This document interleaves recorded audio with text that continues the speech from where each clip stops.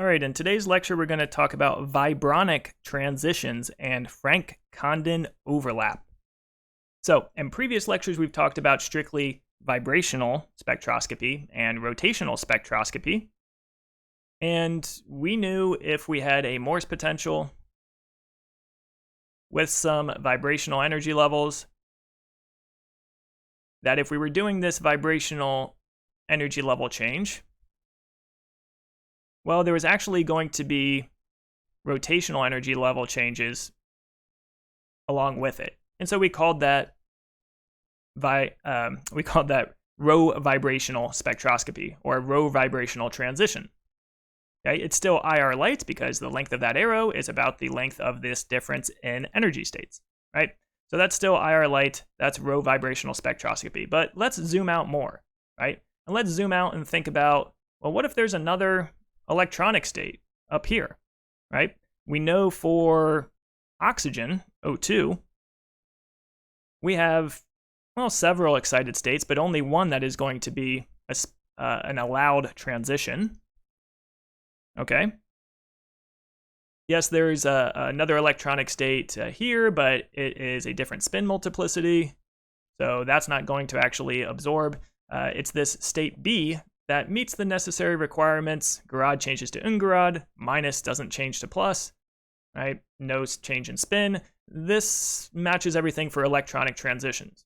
So it seems to reason that if a vibrational transition actually has rotational changes as part of it, then it probably makes sense that an electronic transition from here up to here actually has vibrations and rotational transitions as part of it.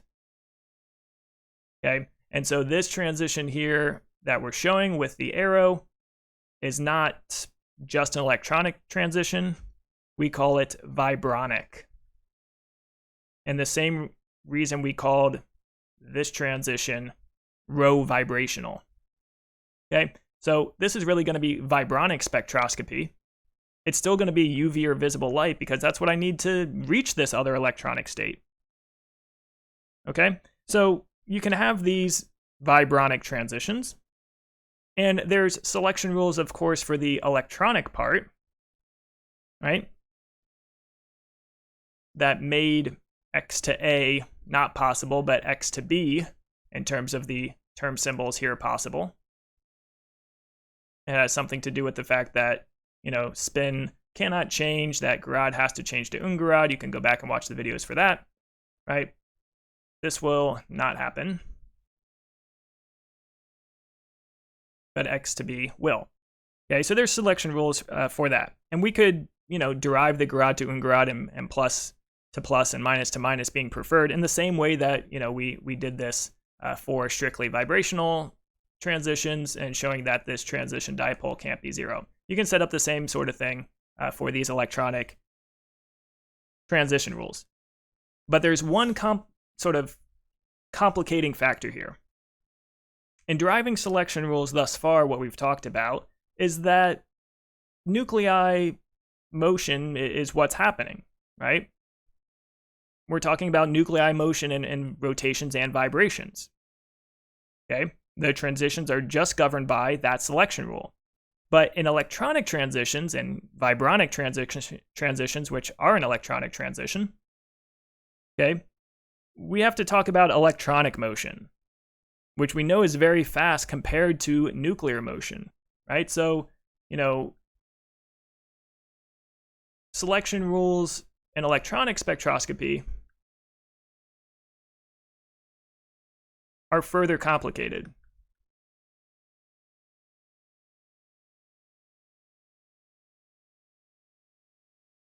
Why? Because electrons move fast. And the selection rules we've talked about thus far are really just about nuclear motion, right? And you can recall the Born-Oppenheimer approximation, right? We can treat the nuclei as fixed because they are so much more massive than the electrons, they move so much slower. So we model electronic transitions as happening before the nuclei have time to respond. And so the change in the electronic state, yes, is governed by the selection rules we've talked about. Spin cannot change, grad must change to ungrad, right? But the rotational and vibrational changes within those electronic transitions are actually governed by something else. And the something else they're governed by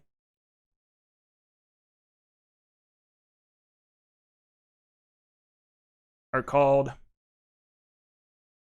Franck Condon overlap. So,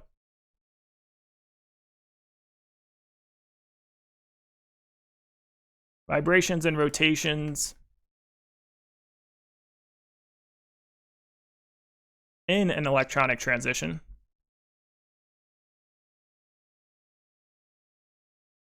are not just, say, plus or minus 1. Okay? What it has to do is the transition from one vibrational level to another vibrational level in an electronic excited state. Right? So back here, if we're starting in n equals 0 in this rotational state, am I going to end up in this lowest one? Or am I going to end up in some much higher one? And what governs that? And what governs that, okay, is the likelihood that this vibrational level, in terms of the position of the nuclei, has a high probability of those same nuclear coordinates. So remember, the electrons, when I'm changing here between these electronic states, that changes very, very fast compared to the nuclei.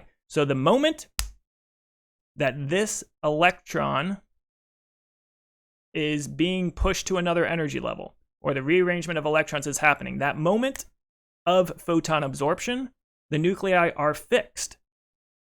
So, the vibrational state you're going to go to, you want the amplitude of that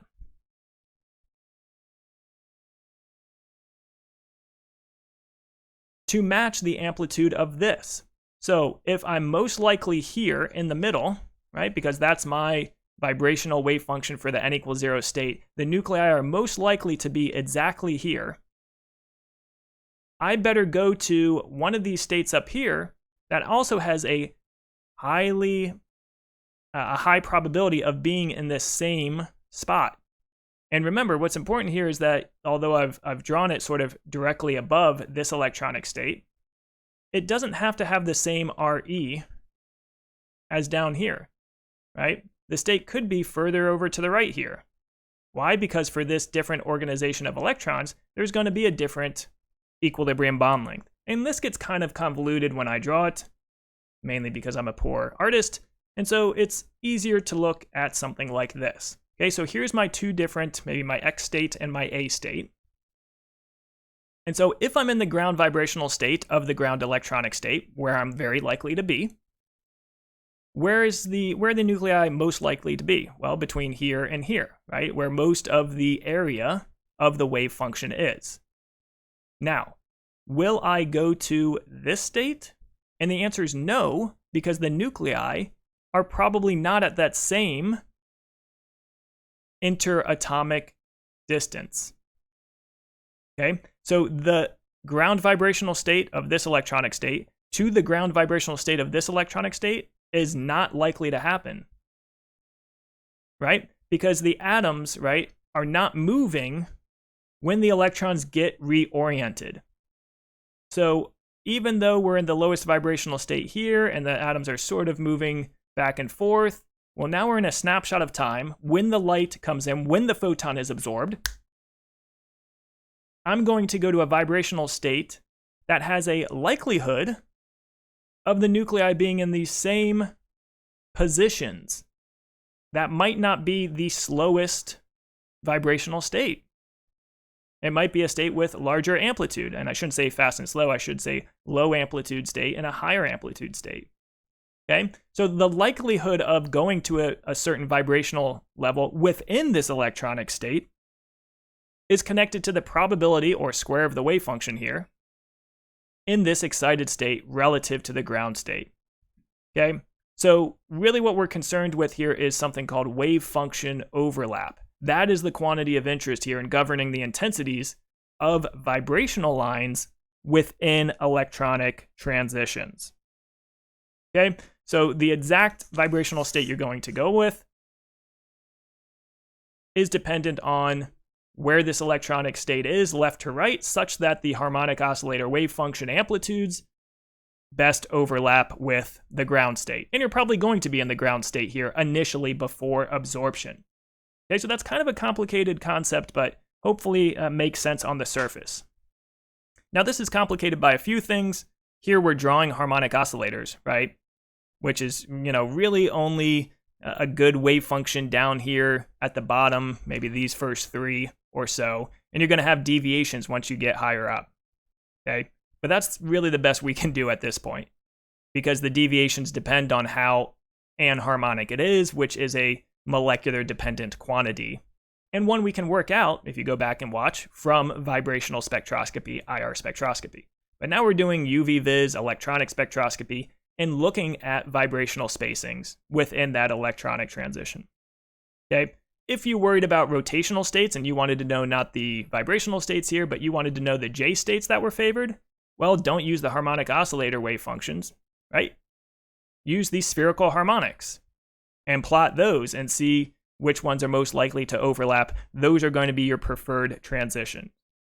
Okay? So in a spectrum, right?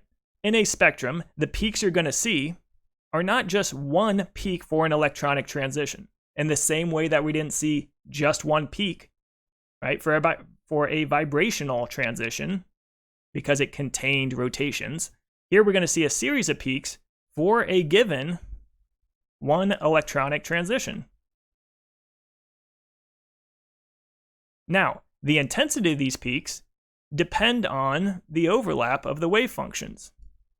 And for this first example here,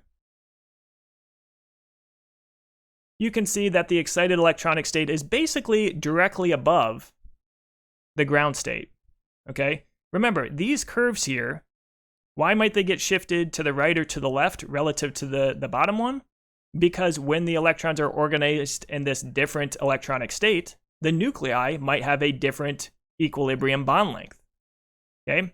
So if the equilibrium bond length in the excited state is greater than the equilibrium bond length in the ground state, well, you're not going to go to this ground state, because there's no likelihood that you're in the excited electronic state in that vibrational state.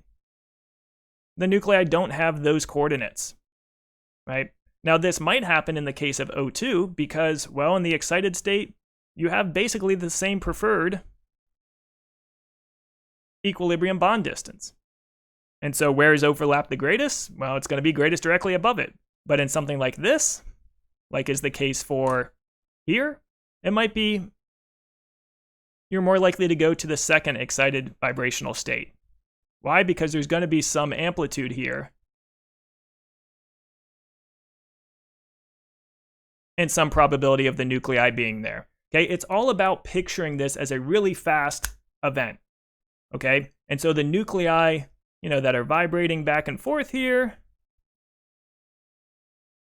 at one moment in time, you say, fire a photon.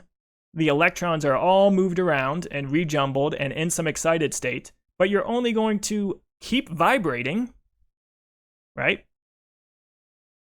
If the nuclei at the time of photon absorption were in a position to accommodate and continue moving in some vibrational state.